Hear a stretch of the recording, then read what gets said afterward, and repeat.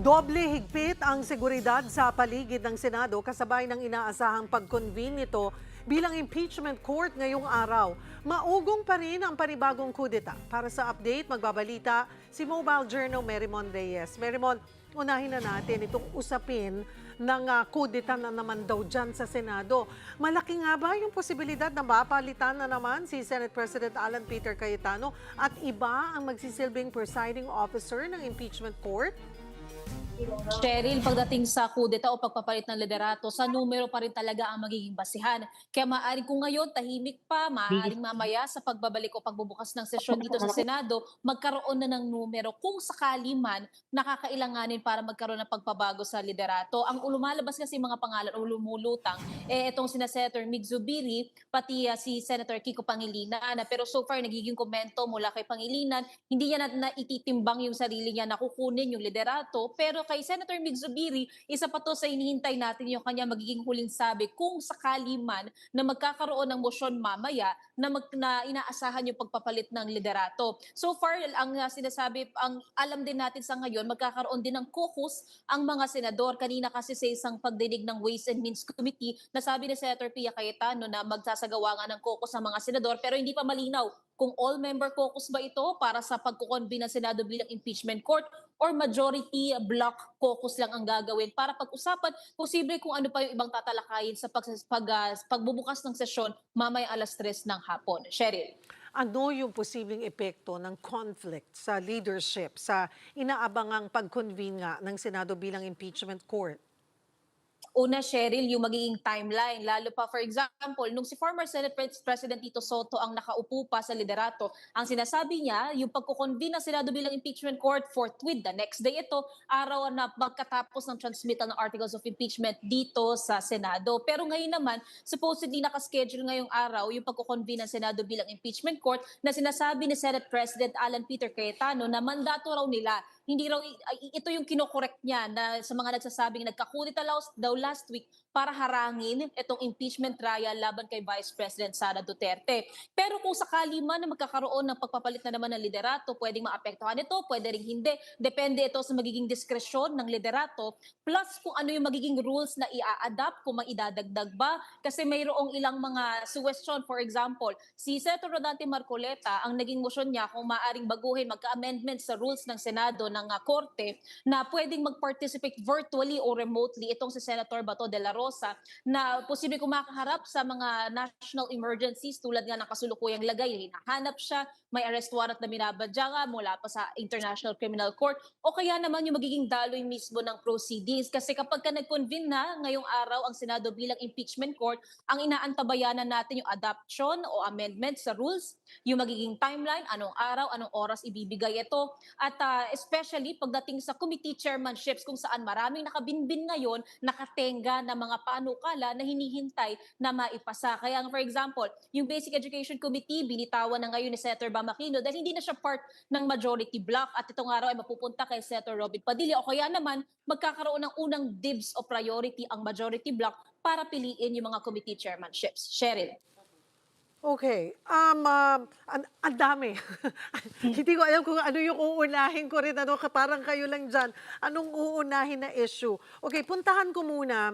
Balikan natin maya-maya yung sa impeachment, sa pagko-convene. Eto muna tayo, dun tayo sa mga mahahalagang komite.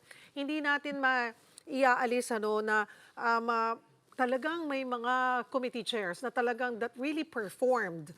And one is Senator Bam Aquino na talagang tinutukan niya itong Committee on Basic Education. Ang dami niyang nagawa dyan for the past 10 months. So ito ay sabi mo, kumpirmado na ba na mapupunta kay Senator Robin Padilla?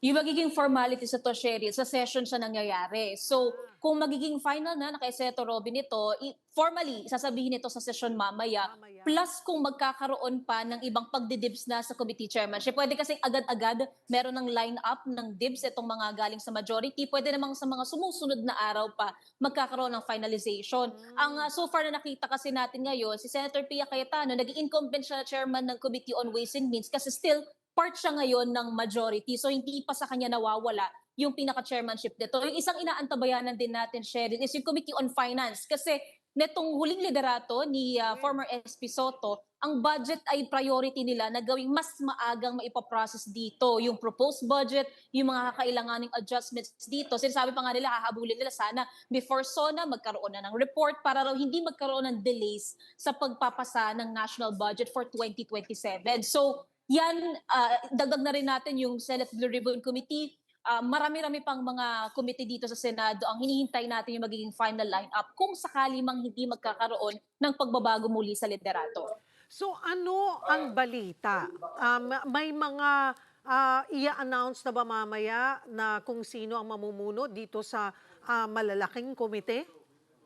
Usually, Cheryl, ang majority kasi naglalabas sila ng agenda after lunch o kaya naman early noon. Pero sa ngayon, wala pa tayong nakukuha. Kaya even yung flow, for example, kung may mga panukalang nakapending siya for approval on second, third reading man yan, doon natin makikita. Kung may privilege speeches din na nakaschedule o nais na ma-raise sa session floor, nakalagay din doon. And kasama na rin dito, kung sakaling ang tatayo ang magsisilbing majority floor leader, doon natin malalaman. Ngayon kasi ang acting na majority floor leader si Senator Joel Villanueva. Pero nung tinatanong natin siya last week, final na ba? Siya na ba talaga? Sabi niya parang ayaw niya.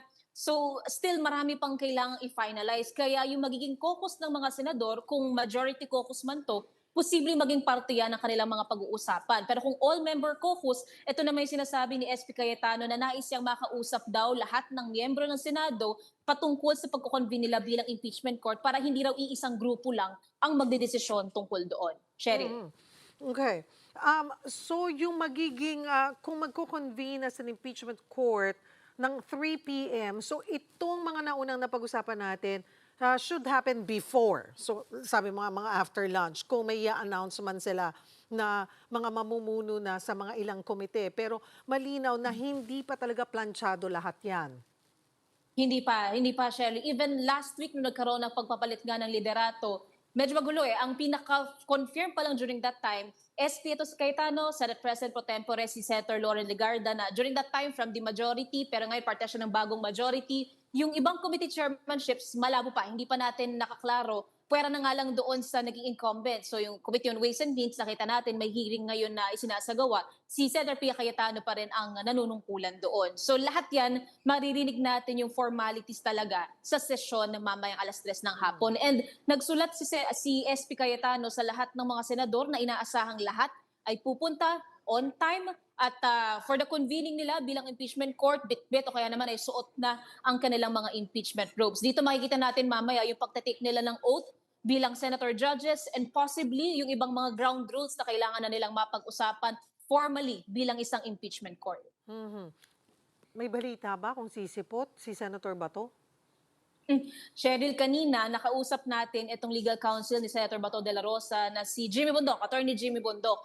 And ang rason kaya raw siya nandito ay dahil kakausapin niya raw yung staff ng opisina ni Senator de la Rosa tungkol doon sa kailangan nilang isumite na response doon sa naging komento naman ng government respondent sa petisyon ni Bato na i-block yung kanyang pagkaka-aresto o yung pagpapa-aresto sa kanya on the basis nung arrest warrant nga ng International Criminal Court. Ang sabi dito ni Bondok, wala raw silang communication whatsoever sa senador, wala raw silang idea sa whereabouts niya, and ito ang ginagawa lang daw nila ay isinusulong na nila, inaayos daw nila yung magiging response ng opisina, lalo't may 72 hours sila na window para makapagbigay na ng kanilang komento. Pakinggan natin ang bahagi ng pahayag kay Attorney Jimmy Bondok.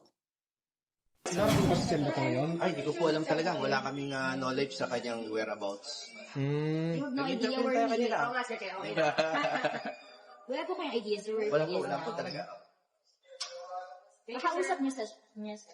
Wala po, wala kaming communication. We are in touch with their staff para po sa aming, if you remember, meron kaming 72 hours to reply to the comment of the OSG. So yun po ang inaasikaso namin.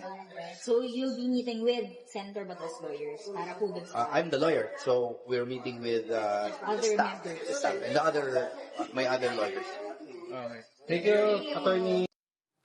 At Ni Attorney Jimmy Bondok, tungkol daw doon sa posibleng aarestuin kasi ang sinasabi ng DOJ, nire-respeto raw nila yung naging protective custody ng Senado dito kay Senator Bato. Meron immigration lookout bulletin pero Ang sinabi ni Attorney Bondok, kung sakali man na mangyayari daw na aarestuhin si Senator Bato de la Rosa kapag ka nagtangka itong lumisan ng bansa, ano raw ang basehan nito? Kasi hindi raw pugante, hindi raw mako-consider na pugante itong si Senator de la Rosa kung wala naman daw local charges na tinatakbuhan o tinatakasan. Cheryl. Puntahan ko na itong puntahan ko na itong yung pagko-convene sa impeachment court ng Senate. Yung kaninang binabanggit mo na kung anong rules ang may i-adapt ba silang rules, gagawa ba ng bago, may mga amendments, idadagdag, kailan mangyayari yan? After nila mag-convene or bago para nakalatag na? Cheryl, ang nasabi dito nitong weekend ni Senator Risa Hontiveros, dapat daw talaga kapag ka meron pang concern o may kailangan plansyahin sa rules ng korte o kaya sa impeachment rules, posibleng ipasok muna ito sa Committee on Rules bago isa lang sa session. Pero posible rin kasi magkaroon naman ng majority vote na i-adapt na lang nila yung pinaka-rules ng Senado, kaya namang impeachment rules, or kung magkakaroon ng amendments dito. Kasi kung tatandaan nitong last week, si Senator Dati Marcoleta, yung isang naging suggestion niya is magkaroon ng amendments nga na mapapayagan na luluwagan yung rules na pwedeng remotely magkakaroon ng participation, yung pagboto ni Senator Bato de la Rosa sa impeachment proceedings. So, last time kasi ang sinasabi ni former SP Soto, lahat daw ng usapin tungkol sa rules, kung magkakaroon ng adoption, mangyayari daw yan kapag ka nakapag-convene na ang Senado bilang impeachment court, or ang inaabangan natin mamaya sa sesyon. Kasi ang malinaw pa lang, 3 p.m., magkakaroon ng convening bilang impeachment court. Pero hindi pa natin siguro kung bago yon magsesesyon muna sila bilang legislative body, yung function nila, or diretso na sila ng convening bilang impeachment court. So iyan yung isa sa abangan natin kung saan mapapasok yung usapin, kasi pwedeng magkaroon ng privilege speech na tatalakayin yung rules ng Senado or rules ng court. Pwede namang hindi magkakaroon ng legislative function, diretso na silang convening bilang impeachment court, pwede nilang mapasok din doon yung ground rules na gagawin nila bilang isang impeachment court na. Okay. Once na mag-convene sila, yun, hindi pa natin alam kung may mga papalitan, idadagdag, i-amend doon sa impeachment rules. Maliban doon na i-discuss yan, ano pa yung aasahan natin sa unang araw ng pag-convene nila as an impeachment court? At may oras din lang ba silang ilalaan? Mga 3 to 5 lang ba yan every day? 3 to 6? Ano ang balita mo, Mary Mon?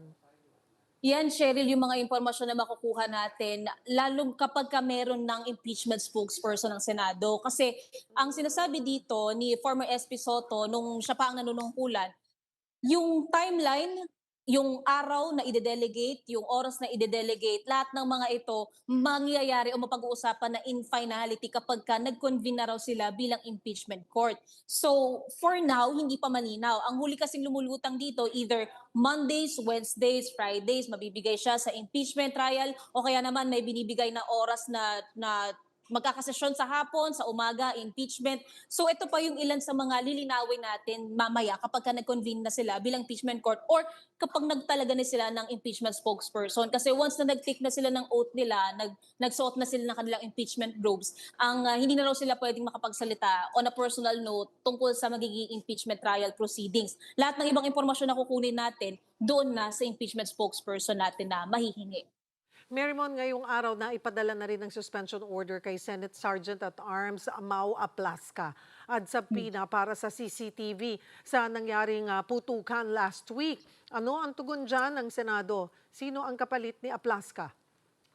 Cheryl, sa mga nakipag-usap kasi tayo sa ilang mga officials o kaya sa ilang mga personnel ng Office of the Sergeant at Arms dito sa Senado. So far, wala pa raw sa kanilang bagong instruksyon sa kung sino ang papalit kay Sergeant at Arms Aplaska. Pero ang alam natin din sa ngayon, pagdating kasi doon sa opisina o sa hierarchy nila, in office pa rin naman itong si Director Manuel Parlade, Director 3, Director Gil Valdez, Director 2, and kung ano pa rin naman daw yung kanilang procedures, lalo na sa pagsisiguro ng seguridad sa loob at labas ng Senado, yun pa rin naman daw ang kanilang ginagawa. Pero as of now, wala pa tayong ibang impormasyon. Even sa pagtatanong natin kay Senate Secretary Mark Leandro Mendoza, wala pa tayong nakukuhang feedback, lalo na kung naibigay na ba nila o may plano na ba silang ibigay agad-agad yung CCTV footage o kung sino ang papalit dito kay Sergeant at Arms Aplaska. Pero lahat ng mga iyan, susubukin pa natin makakuha ng impormasyon kapag ka nakakuha tayo ng pagkakataon. Cheryl. Okay, yung kapalit ng Sergeant at Arms, ano ba yan? Botohan o sino namimili?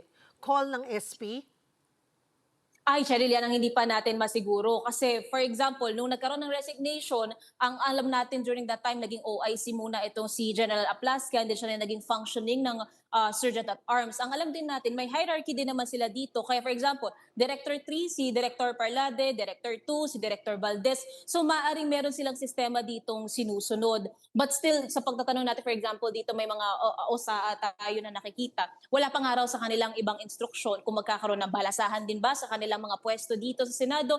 Basta still business as usual sila kung ano raw yung nakasanayan nila o yung flow nila, yung sistema na ginagawa, yung mga protocol nila, yun pa rin naman daw ang ginagawa nila hanggang sa oras na ito. Okay, Marymon, ihabol ko lamang any news or confirmation ukol doon sa sinasabing resignation ni Senate Secretary Mendoza. Yan din, Sherry, yung tinatanong natin na tayo mismo personal na nag-reach out tayo kay Secretary Mendoza.